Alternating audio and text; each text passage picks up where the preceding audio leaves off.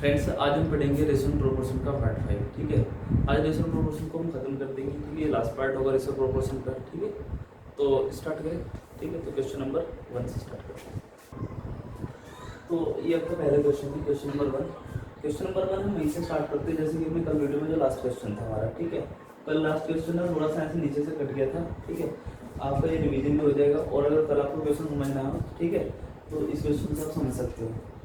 तो क्वेश्चन ये कि संगमरमर की कीमत अपने भार के वर्ग के साथ बदलता है। ठीक है, संगमरमर को 3 टुकड़ों में तोड़ने पर भार का अनुपात 3:5:5 है। यदि इस प्रकार 1800 रुपये की हानि होती है तो संगमरमर का वास्तविक मूल्य क्या था। इसका कहने का मतलब ये है कि जब संगमरमर का टुकड़ा, ठीक है, वो हमने नहीं तोड़ा था, ठीक है, तब कुछ उसका रेट होगा, और जब उसको 3:5:5 के अनुपात में तोड़ देते हैं तो इस प्रकार टूटने से जो रेट में कमी आती है वो 1800 रुपये की कमी आ जाती है। ठीक है, और जबकि एक बात बदल स्टार्टिंग में संगमरमर की जो कीमत अपने भार के वर्ग के साथ सीधे बदल रही है। ठीक है, तो यहाँ पे जो रेशो दे रखा है वो दे रखा 3:5:5। ये टूटने के बाद है। ठीक है, ये है टूटने के बाद, ये टूटने के बाद है। अगर हमें प्रारंभिक वेट इसका मानना है तो प्रारंभिक जो इसका वेट होगा, ठीक है, प्रारंभिक भार वो हो जाएगा 3, 5 और 5, टोटल हो गया 13 यूनिट। तो अगर हम यहाँ पे इसके मूल्य की बात करें तो मूल्य जो हम इसका निकालें, क्योंकि यहाँ पे बताएगा भार के वर्ग के साथ बदलता है, तो यहाँ पे 13 का जो स्क्वायर हो जाएगा, 13 का स्क्वायर हो गया 169।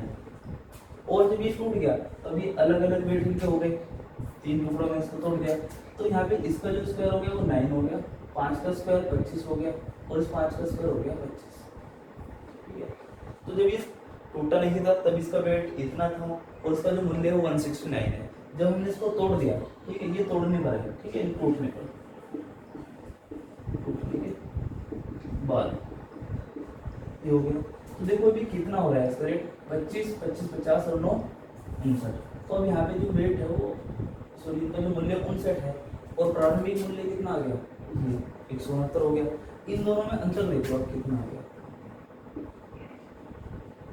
अगर दोनों के अंतर की बात करें, इसमें से इसको घटाएंगे तो कितना बचेगा, यहाँ पे 90, यहाँ पे 90।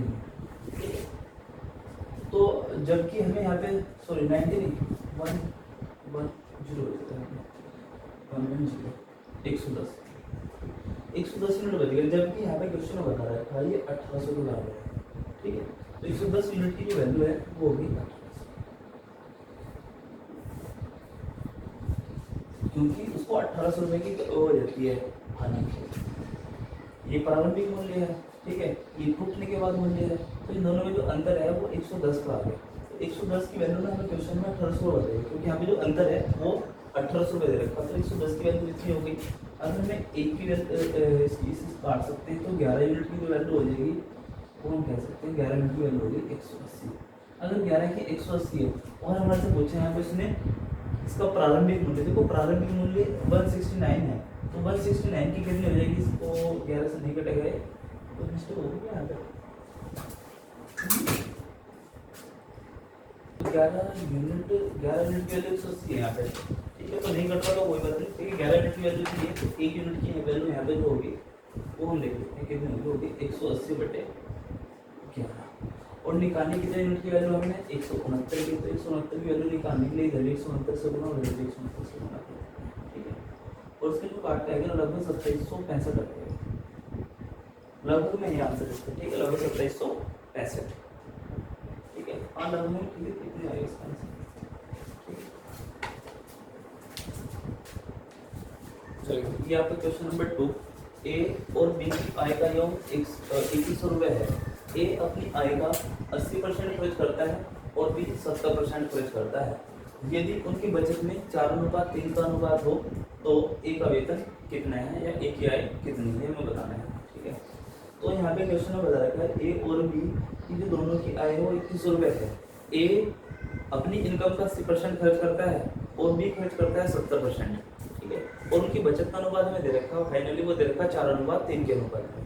तो ए की इनकम कितनी होगी हमारे से पूछा है, देखो हमें फाइनली यहाँ पे 4:3 का जो अनुपात है वो उनकी बचत का अनुपात है, तो हम यहाँ पे इलेक्ट कर लेते हैं कि ए जो है ना, ए की इनकम ए है और बी की इनकम बी है। हमने ये मान लिया कि ए की जो इनकम है वो तो ए ही है और बी की जो इनकम है वो बी मान लिया हमने, तो हम ये कह सकते हैं कि ए प्लस बी जो है वो 2100 रुपये है।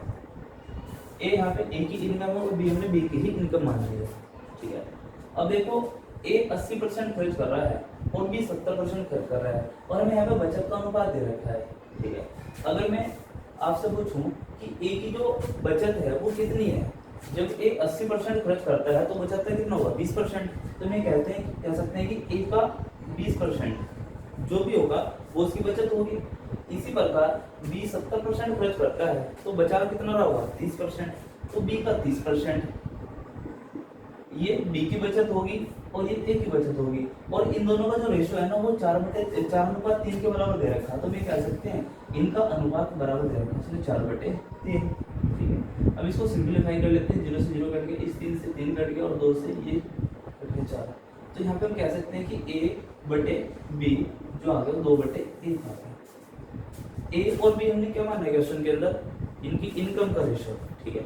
ए और बी हमने माना, ए और बी मानी हमने इनकी इनकम, तो यहाँ पे इनकम का रेशियो निकल गया हमारे पास, ठीक है। ए की इनकम 2 यूनिट है और बी की 1 यूनिट है, टोटल कितनी होगी 3 यूनिट, ठीक है। दोनों की टोटल कितनी होगी 3 यूनिट, हमें इस 3 यूनिट की वैल्यू क्वेश्चन में गिवन है, ठीक है। इस 3 यूनिट की जो वैल्यू है क्वेश्चन में वो दे रखी है 2100, ठीक है। ये 3 है, तो 3 यूनिट की जो वैल्यू है वो दे रखी है 2100, 3 की 2100 है, ए की कितनी हो जाएगी 700। 1 यूनिट जो है यहाँ पे वो बी की इनकम है, तो बी की इनकम आ गई 700 रुपये, बट उसने हमारे से ए की इनकम पूछी, तो ए की इनकम 2 यूनिट है, तो उसको 2 से मल्टीप्लाई कर देंगे यहाँ पे, तो 2 यूनिट की वैल्यू होगी 2 7 14 1400 रुपये, ठीक है। तो ये आपका क्वेश्चन नंबर 2 कंप्लीट हो गया, ठीक है। उम्मीद आपको समझ में आ गया होगा, ठीक है। कोई प्रॉब्लम, देखो ये आपका क्वेश्चन नंबर 3। क्वेश्चन नंबर 3 में कहा कि ए बी सी के खर्च का अनुपात 16:12:9 के अनुपात में है और उनकी कुल आय 1530 रुपये है, अर्थात तीनों की जो कुल इनकम है वो 1530 रुपये है। तो बी की आय ज्ञात करो अगर वे क्रम से 20%, 25% और 40% की बचत करते हैं, अर्थात ए 20% बचाता है और जो बी है वो 25% बचाता है और जो सी है वो 40% बचाता है, ठीक है। तो हमें यहाँ पे जो स्टार्टिंग में जो रेशियो दे रखा है खर्च का दे रखा है, अर्थात इसकी जो खर्च का रेशियो है वो दे रखा है क्वेश्चन में। देखो खर्च का जो रेशियो है वो दे रखा है इसमें 16:12:9, ठीक है। और हमें यहाँ पे ना इसकी इनकम नहीं पता है, ठीक है। जबकि हमें यहाँ पे इनकम हमें तीनों की पता है, तीनों की जो इनकम है 1530 रुपये, जबकि रेशियो हमें नहीं पता है यहाँ पे रेशियो में, ठीक है। तो रेशियो में पहले इसकी इनकम निकालेंगे, फिर हम इनकी जो अलग अलग, ठीक है, इनकम का रेशियो है वो क्या है। देखो यहाँ पे ए जो है ना वो 20% बचा रहा है, तो इसका मतलब क्या है कि ए 20% की बचत करता है, ठीक है। 20% का मतलब होता है 1/5, यानी परसेंट हटाएंगे नीचे 100 कर देंगे तो 1/5 हो जाएगा, ठीक है। इसका मतलब ये है ए की ये बचत दे रखी इसने 20%, ठीक है। यहाँ पे लिखा है 20% बचत कर रहा है ए, तो 1 रुपए की बचत कर रहा है और उसकी जो इनकम है वो 5 यूनिट है और बचत होगी उसकी 1 यूनिट। 20% को हमने 1/, देखो यहाँ पे जो नीचे वाला टर्म है ना ये टोटल क्वांटिटी को डिनोट करता है, ठीक है। जब भी हम परसेंटेज अगला वाला चैप्टर में परसेंटेज पढ़ेंगे तो मैं आपको पहले बताता हूँ जो नीचे वाली वैल्यू होती है ना हमेशा प्रारंभिक वैल्यू हो, वास्तविक वैल्यू हो या फिर टोटल क्वांटिटी को डिनोट करती है, ठीक है। क्योंकि उसको ना यहाँ पे क्वेश्चन में 20% बचत बता रखी है। 20% बचत का मतलब कि वो 1 रुपये बचाता है 5 रुपये। अगर वो 5 रुपये में 1 रुपये की बचत कर रहा है तो इसका मतलब वो जो खर्च कर रहा है तो खर्च कितना कर रहा होगा वो 4 यूनिट। तो यहाँ पे जिसका खर्च आ गया उसका 4, ठीक है। 5 रुपये इनकम है, 1 रुपया बचत है, जो खर्च है वो 4 यूनिट है। जबकि देखो हमारे पास जो खर्च है उसको 16 यूनिट है, तो हम ये कह सकते हैं इस 4 यूनिट की जो वैल्यू है ना वो 16 होगी, ठीक है। इस 4 यूनिट की वैल्यू 16।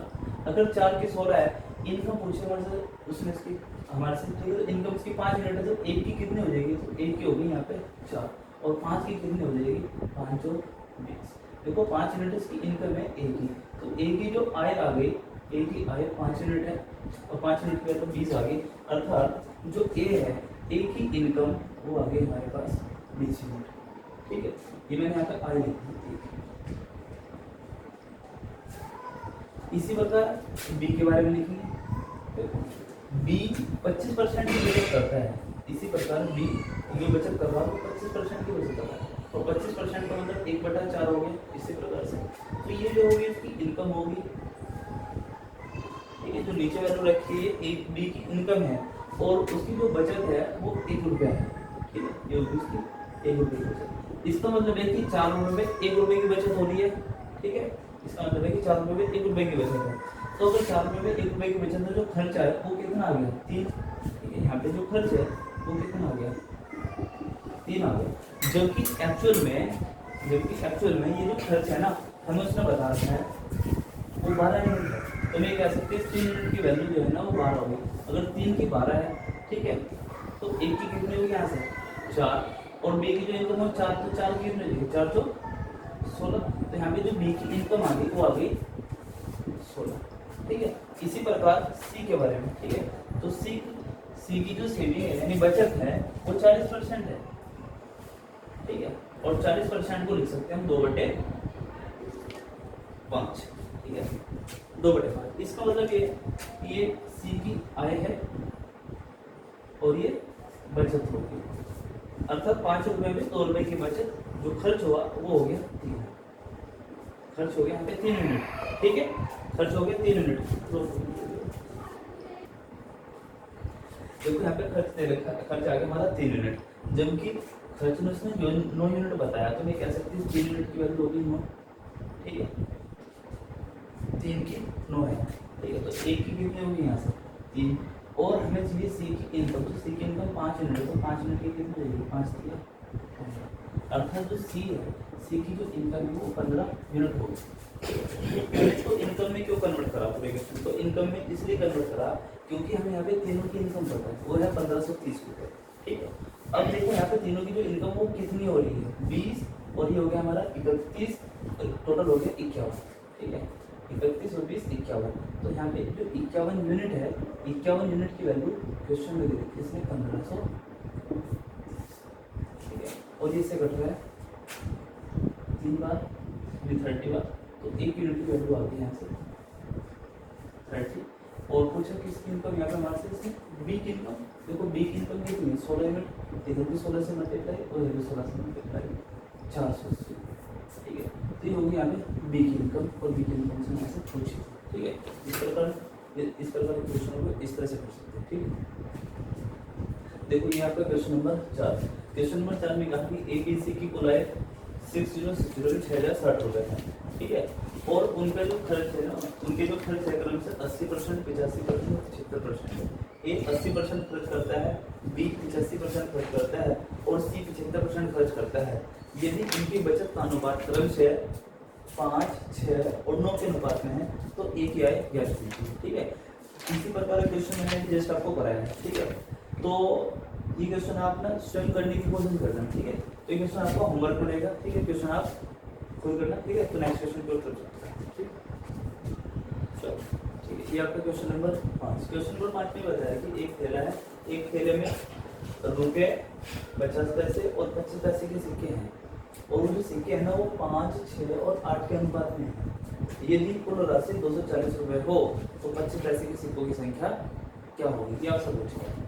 तो एक थैला है और थैले में किस प्रकार के आपके पास सिक्के हैं, कुछ सिक्के तो रुपए वाले हैं, कुछ सिक्के 50 पैसे वाले हैं, और कुछ सिक्के हैं 25 पैसे वाले, ठीक है, और वो किस रेशो में है, वो 5, 6 और 8 के रेशो में है करंट से।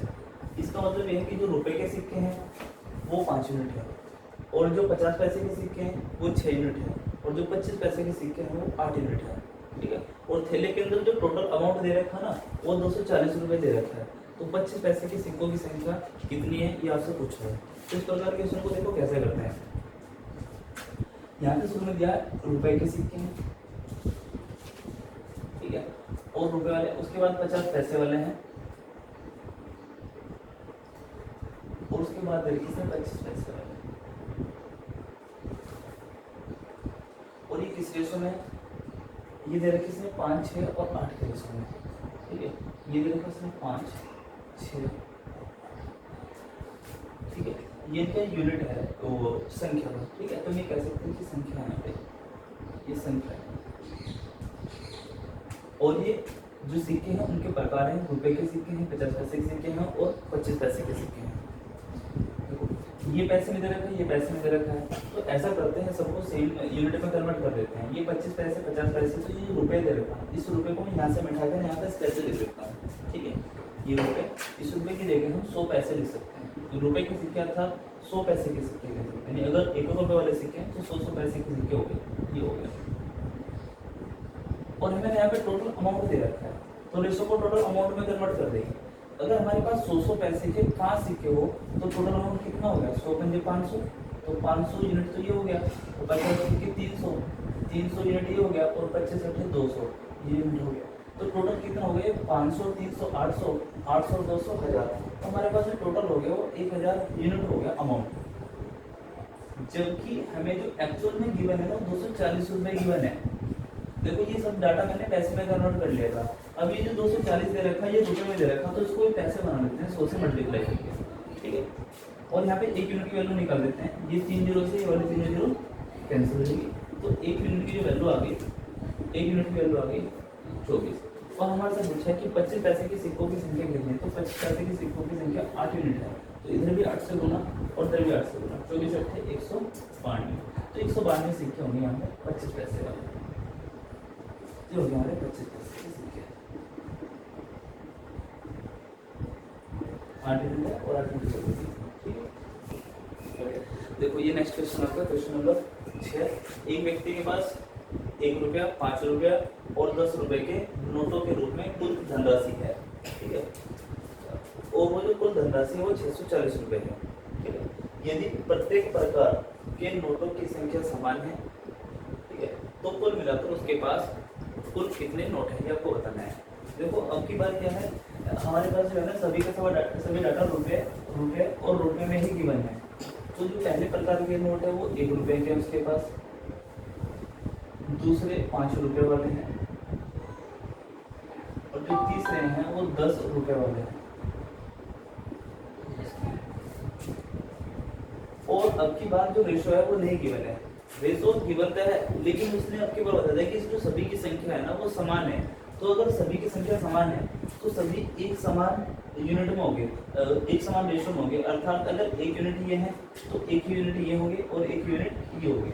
अगर सबको 10-10 मानेंगे तो रेशो 1 रहेगा। हम ये भी कह सकते हैं कि सभी में क्या होगा, रेशो 1-1 का रेशो होगा, क्योंकि जब सभी की संख्या समान है, या तो सब 5-5 होंगे, 10-10 होंगे, 8-8 होंगे, तो कॉमन नंबर कट जाएगा, तो रेशो क्या रहेगा, 1-1 का रहेगा, ठीक है। जो टोटल इसके पास जो कुल संख्या होगी नोटों की वो होगी इसके पास 1 और 1 टोटल 3 यूनिट, ठीक है। अब हमें यहाँ पे कुल धनराशि दे रखी है 640 रुपये क्वेश्चन में, जो कुल धनराशि वो 640 रुपये है। जबकि अब हमें यहाँ पे भी इसी प्रकार से कुल धनराशि बना लेंगे, तो कुल धनराशि कितनी बन जाएगी, 1 रुपये की एक ही यूनिट हमने माना है, तो कुल धनराशि होगी 1 यहाँ से होगी, और 5 में 5 यहाँ से होगी, और 10 में 10 यहाँ से होगी। संख्या को अगर हम रुपए से मल्टीप्लाई कर देंगे तो टोटल अमाउंट निकल जाएगा, वही मैंने यहाँ पे किया है। तो टोटल अमाउंट कितना हो गया, 1 और 5 और 10 टोटल हो गया 16 यूनिट। जबकि क्वेश्चन में इसकी वैल्यू दे रखी है उसने 640 रुपये। अगर 16 यूनिट की वैल्यू 640 है तो हम कह सकते हैं कि 1 यूनिट की वैल्यू हो जाएगी 16 का 64, ठीक है, 40, 1 की 40 होगी। और उसने पूछा था यहाँ पे उसके पास कुल कितने नोट है, तो यहाँ पे जो संख्या है नोटों की 1 2 1 3, हमें 3 यूनिट की वैल्यू निकालनी है, तो इधर भी 3 से मल्टीप्लाई और इधर भी 3 से मल्टीप्लाई, जो 12 120, तो उसके पास कुल 120 नोट हैं। और सभी प्रकार के जो नोट है वो 40-40 नोट है उसके पास, क्योंकि 1 यूनिट की वैल्यू 40 आता है, 40-40 नोट है उसके पास प्रत्येक प्रकार के। चलो ठीक है, ये आपका क्वेश्चन नंबर 7। क्वेश्चन नंबर 7 बताया कि एक थैला है, एक थैले में 3 प्रकार के 1 रुपया 50 पैसे और 25 पैसे वाले, ठीक है, सिक्के हैं, जिनकी कुल संख्या 175 है। थैले में जो टोटल संख्या दे रखी है सिक्कों की वो 175 दे रखी है। यदि प्रत्येक प्रकार के सिक्कों का मूल्य बराबर है, ठीक है, तो थैले में सिक्कों का कुल मूल्य कितना है। कुल मूल्य का मतलब ये है कि थैले में कुल कितना धन है, ठीक है, समझ गया। एक तो आपको यहाँ पे जो निकालना है वो कुल धन निकालना है, थैले के अंदर टोटल धन कितना है। और एक आपको ये भी ध्यान रखना है, यहाँ पे क्वेश्चन में बताया है कि कुल संख्या 175 है और ये भी प्रत्येक प्रकार के सिक्कों का मूल्य बराबर है। इसका मतलब क्या है कि प्रत्येक प्रकार के सिक्कों का मूल्य बराबर है। इसका मतलब ये है, देखो इसे समझाता हूं मैं। उसके पास 1 रुपये वाले भी सिक्के हैं, और 50 पैसे वाले भी हैं और 25 पैसे। ठीक है, हमें रेशो तो दिया नहीं इसने। ठीक है, तो हम यहाँ पे सिर्फ उनका प्रकार दिया कि किस प्रकार के सिक्के हैं और संख्या का रेशो नहीं हमें दिया। अब की बात देखो, संख्या का रेशो हम कैसे निकालना है। यहाँ पे उसने एक बात बताई कि सभी प्रकार के सिक्कों का जो मूल्य है वो समान है थैले के अंदर। 1 रुपए के सिक्के जितने उसके थैले के अंदर है, ठीक है, अगर वो 50 है तो 50 रुपए यहाँ से इकट्ठे हो गए, तो 50-50 पैसे के सिक्के भी इतने हैं कि वो 50 रुपए बन जाए और 25-25 पैसे के सिक्के भी इतने होंगे कि वो 50 रुपए बन जाए। ठीक है, तो अब हमें क्या करना है, यानी जितना अमाउंट ये है उतने अमाउंट ये करना और उतने अमाउंट ये करना, तो तीनों अमाउंटों में सेम करना है। तो ये जो रुपए, पहले इसको आप पैसे बना लो। ठीक है, इसे यहाँ से रुपए को हटा के यहाँ पे हम पैसे ले लेते हैं। 1 रुपए का मतलब 100 पैसे होता है। ठीक है, तो 1 रुपए का मतलब हमने यहाँ पे 100 पैसे लिख दिया। अगर सभी का मूल्य समान है थैले के अंदर, अर्थात इनका जो अमाउंट है वो सेम है, 100 वालों का भी, 50-50 वालों का, 25-25 वालों का भी, तो थैले में किस रेशो में होंगे, तो इनको समान करने के लिए 100, 50 और 25 को बराबर करने के लिए इनका एलसीएम लेते हैं। 100, 50, 25 का एलसीएम 100 होगा, अर्थात 100 ही इसको बना लेते हैं, 100 ही इसको बना लेते हैं, 100 इसको बना, सबको 100 बना लेते हैं। अगर इसको 100 बनाना तो कितने यूनिट लेने पड़ेंगे इसके? 4। इसको 100 बनाने के लिए 2, ठीक, और इसको 100 बनाने के लिए 1, अर्थात थैले के अंदर, ठीक है, इनकी जो संख्या का रेशो है वो 1:2:4 के अनुपात में।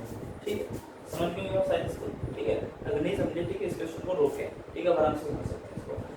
तो संख्या जो होगी कि वो 1:2:4 के अनुपात में होगी। ठीक है, जबकि हमारे पास कुल संख्या जो है ना वो 175 बता रखी है, और हमारे पास जो संख्या निकल गई वो निकल गई 1 और 2 3 और 4 7, तो 7 यूनिट हमारे पास आ गई संख्या। तो 7 यूनिट की जो वैल्यू हो गई 175। अगर 7 यूनिट की वैल्यू 175 है, ठीक है, तो 1 यूनिट की निकाल लेते हैं यहाँ से, तो 1 यूनिट की हो गई यहाँ से 7 दूनी 14 और 7 दूनी 25, तो 1 यूनिट की वैल्यू जो आ गई वो 25 आ गई। ठीक है, तो 1 यूनिट है 100 पैसे की, अर्थात ये तो ये वाले जो सिक्के हैं वो तो उसके बाद 25 है, और ये कितना हो जाएंगे 50, और ये कितना हो जाएंगे 100। ठीक है, तो हमें अगर कुल धन पूछा है तो कुल धन कितना होगा, पहले सिक्के निकाल लेते हैं। तो ये कितने सिक्के होंगे 25, तो 1 यूनिट में 25 आ गई, और ये कितने बनेंगे 25 दूनी 50, तो 50 इसके पास ये वाले सिक्के हो जाएंगे और 25 सिक्के हो जाएंगे, और ये 25 का 100, तो 100 सिक्के इसके पास ये हो जाएंगे। ठीक है, तो कुल धन कितना होगा थैले के अंदर, हमें कुल धन निकालना है।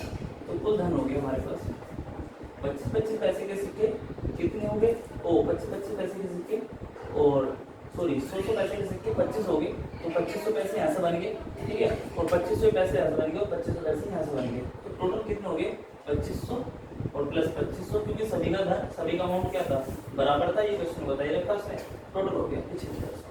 तो 7500 पैसे आ गए, वो सारा क्वेश्चन हमने पैसे में कन्वर्ट कर रखा, और 7500 पैसे को हम कह सकते हैं 75 रुपए।